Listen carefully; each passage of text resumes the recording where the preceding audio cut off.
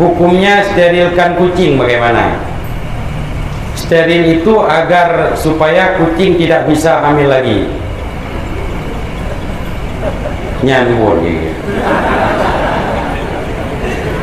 Karena rahimnya diangkat sama seperti manusia.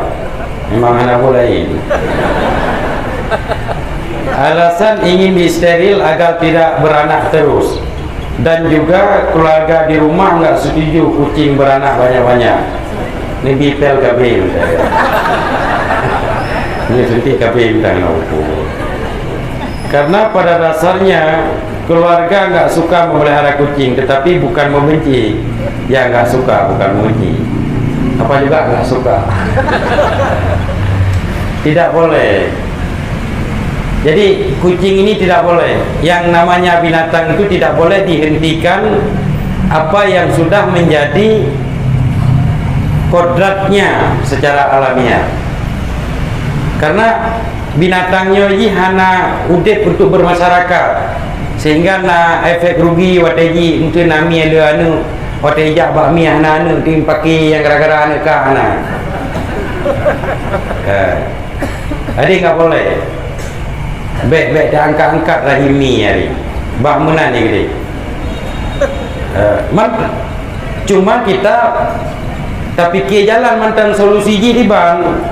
Untuk tak steril kita buat tempat lain yang bukan di rumah atau di samping rumah, bukan dalam rumah maksudnya.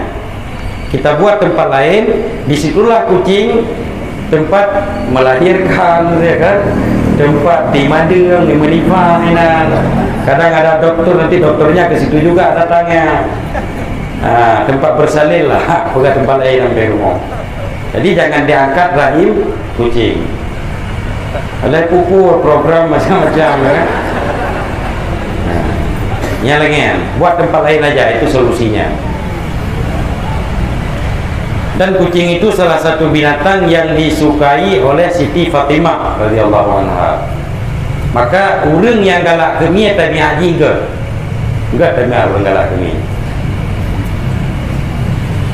Tapi masalah orang perempuan itu ada yang tabiat kucing, ada tabiat ini, ada tabiat itu, macam-macam pulang-pulang itu tidak ada tertulis di dalam kitab yang muktabar. Karena naurina naik dari minyak juga, naik dari alat kuku, naurina buat galak kemutrong mati dari kuda juga. Atau ini Nabi Sulaiman Yaman, itu cerita pendakwah itu. Kalau dalam kitab yang muktabar, kitab-kitab yang kita baca yang muktabar, saya belum mendapatkannya. Tapi mungkin di kitab-kitab yang tidak muktabar ada, tapi kitab muktabar ada.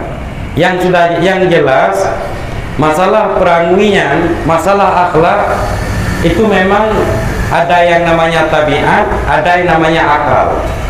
Tabiat ini bisa mengalahkan akal. Akal bisa mengalahkan nafsu. Jadi mandum-mandum tergantung pada ilmu urang. Urina galak temutrom dari Buddha, maksudnya uragam galak temutrom dari Buddha sih. Yang cocok tak kawin Buddha dengan Buddha. Ya kan? Padahal itu tabiat. Nyalengnya.